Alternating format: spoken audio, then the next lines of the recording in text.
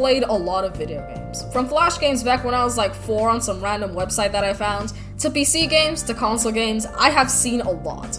In 2018, I made my very own YouTube channel dedicated to video games, and as of today, I have over 170 videos all discussing video games except for like 3. So, with all of this under my belt, what would I consider to be my favorite games of all time? Let's find out. Here are my top 5 favorite video games of all time.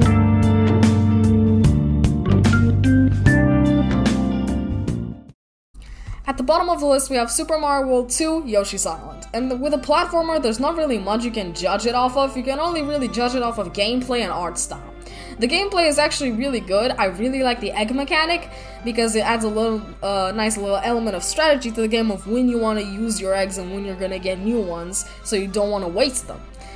And now we can talk about the art style. You're going to hear me say this a lot throughout the rest of the list, but I love games that ooze with personality. Like games that when you look at a picture of it or a screenshot of it, you can tell immediately what game it is. I love those types of games because they're so unique, they're so themselves, and I really like that. And Nintendo pulled this off beautifully with Yoshi's Island because this game has such a distinct art style from any other platformer I've ever played. It's insane. Okay, anyway, that's all I gotta say to Yoshi's Island. It's just the art style is what boops it up above any other platformer that I've played. And the gameplay is good too, which helps it a lot.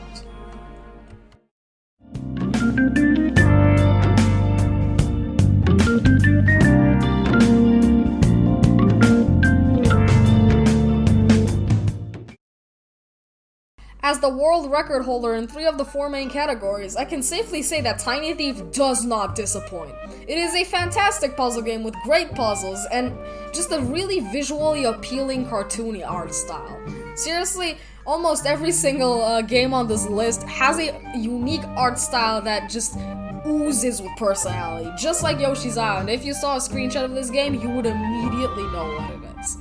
The puzzles in this game are really clever, really creative sometimes. They can be really obscure and really convoluted and very tricky. Hint, hint, this level, hint, hint.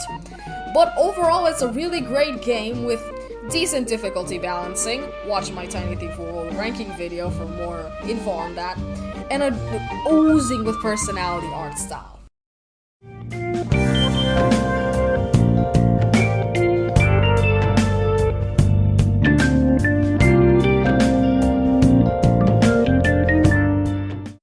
At number 3, we have a game that I haven't actually played on this channel before, and that's Tomodachi Life. Now, why the hell do I like this game so much? Well, it's for 3 reasons. 1, there's a lot of stuff to do, like a lot of stuff to do. There is a lot to this game that you can only experience through several hours of playtime. Number 2, you can just screw with your friggin' islanders, and it just makes it so goddamn funny whenever you give them like a stupid outfit. Like, if this image doesn't make you want to get the game, then I don't know what will. And number 3, it's super freaking funny, dude. Like, just some of the interactions when you give them like their all-time favorite food or something. Or just the songs you can write that just are stupid.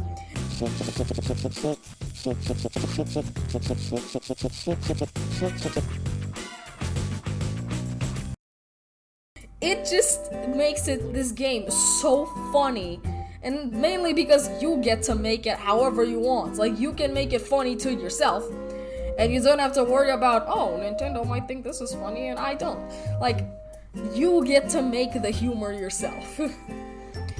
Anyway, that's all I got to Tomodachi Life. There's a lot to do, it's really funny, and you get to play God.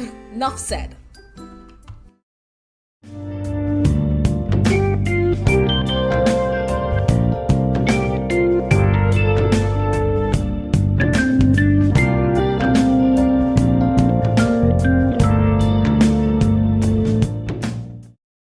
At number 2, we have Super Mario Maker 2, which is actually the very first game that I got with my very first console, which I got this with my Switch back in September of 2020. So I have played this game for almost 2 years, and I can say that, my god, this game is amazing. I have made exactly 40 levels in this game, and they're all uploaded, Maker ID in the description. It has a story mode which they didn't even need to include. They could have just left it at that like they did with Super Mario Maker 1 and just capped it there and it would have been just fine. But no, they added a story mode as well because why the hell not? This game is just so enjoyable to play and create in. I really like games where you get to do whatever you want.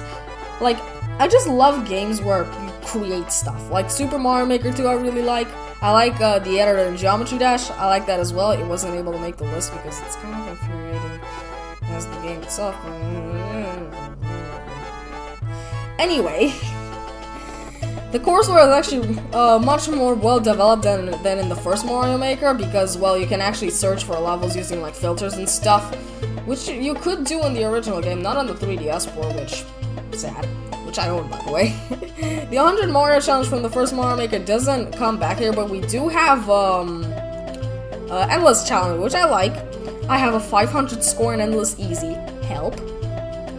And then there's the leaderboards, which is just a nice little add-on, which I think was in the first Mario Maker. I don't know. I've only played this in the 3DS port, which is like heavily watered down Mario Maker 1. So I don't know how to compare this game in comparison to like Mario Maker 1. But I can say that this game is damn good, and there's a lot of content in this game. I have well over 500 hours in this game, and a super world of 26 levels, so it's safe to say that I have done a lot. Also, the level you're seeing on screen is a level made by me, so if you think it looks interesting, I'll say it again, maker ID in the description.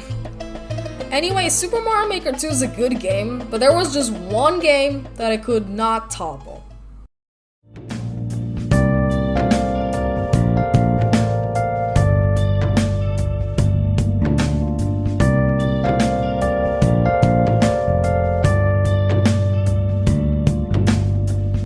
Yup, no surprises here. Metopia is my favorite game of all time. First of all, let's say something that we've already said twice in this video. The art style. The art style in Metopia is absolutely amazing. It is so expressive, so colorful.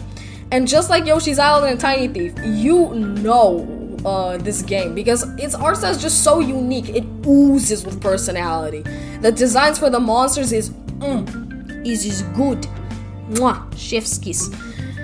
And if you saw a screenshot of it, you would immediately recognize it, just like Yoshi's Island and Tiny Thief. I love this game's art style. Another thing that I didn't mention almost at all, actually, yeah, at all, in all the other, games on this list, is the freaking soundtrack. It's because none of these games hold a candle to Metopia's soundtrack.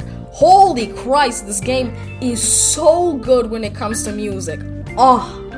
My personal favorite tracks have to be the Dark Lord's theme, the Darker Lord's theme, and the Skyscraper Battle theme. Those three, amazing. Chef's kiss. Not only to say how some of the areas in this game are breathtaking, like a friggin' skyscraper, I've already gone into depth at its own video as to why the first half of the Dark Lord specifically are absolutely amazing.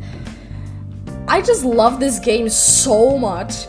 It is incredible, and I am happy to consider it my favorite game of all time. Thanks for watching. Goodbye.